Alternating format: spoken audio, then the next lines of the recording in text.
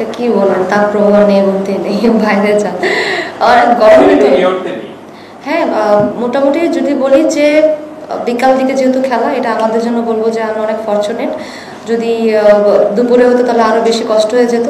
আর যেটা ওয়েদার সেটা তো আসলে আমাদের কন্ট্রোলে নাই। সেকেন্ড হচ্ছে আমাদের খেলতেই হবে একটা বিষয়।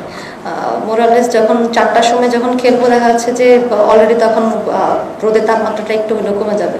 সো দুটো টিম হয়তো একটা স্বস্তিতে খেলতে পারবে। প্রথমত দেখেন, জানি না যেটা আপনি বলতেছেন রাইভালরির কথা বা কিছু, যা পাস্টে অনেক কিছু হয়ে গেছে, যেটা হোয়াট এভার হ্যাপেন, ওটা তার আমরা আসলে ধরে বসে নাই। বাট গুড টু হিয়ার যে তারা বলতেছে যে আমরা আগের থেকে অনেক ম্যাচিউর টিম। দ্যাট মিনস তারা আমাদেরকে লাইটলি নেয় নাই অবশ্যই।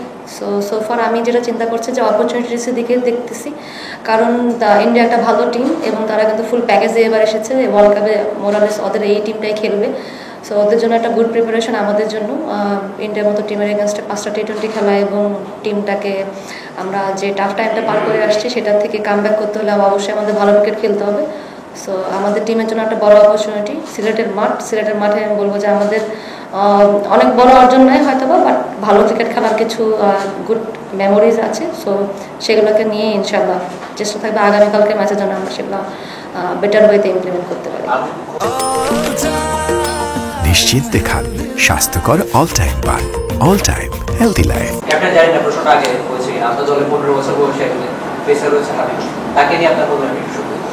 প্রথমত আমরা ওকে অনেকদিন ধরে দেখছি যে নার্সিং করছে বিসিবি। আন্ডার-19 ওকে যখন ইনক্লুড করা হয় তার ভিতরে যে ট্যালেন্ট আমরা দেখতে পেরেছি, সো আমাদের চিন্তাভাবনা এরকম ছিল যে এরকম ট্যালেন্টকে যেন আমরা সবসময় স্কোয়াডে রাখি। এবং ও খুব ভালো, ওর একটা পেজ আছে যেটা হচ্ছে, এবং ও ন্যাচারালি ইনসুইং করে, প্লাস অনেক বেশি এনার্জেটিক, লাইক আমরা মারুফাকে যেভাবে উঠে নিয়ে এসেছিলাম। সো ওরকম আমরা পিঙ্কিকে পেয়েছি। আমি বলবো যে টিমের জন্য অনেক বড় একটা গুড সাইন, কারণ এরকম ইয়াং ট্যালেন্টেডদের যদি আমরা টাইমলি পিক করতে পারি এবং তাদেরকে নার্সিং করতে পারি, টিমের জন্য ভালো। কারণ আমরা বরাবরই দেখি যে স্পিনার উঠে আসে বা কোনো ব্যাটারে উঠে আসে বা অলরাউন্ডার আসছে, কিন্তু পেস বলা উঠে আসছে না। সো সেই দিক থেকে চিন্তা করে আমি বলবো যে থ্যাঙ্কস টু সিলেক্টর এবং কোচিং স্টাফ যে তাকে পিক করেছে, এবং খুব ভালো একটা সময়। কারণ যেটা আমার পয়েন্ট অফ ভিউ, ইয়াং প্লেয়ারদের সবসময় দেশের মাটিতেই আসলে ব্যবহার করে দেখা উচিত আসলে তারা কী অবস্থানে আছে।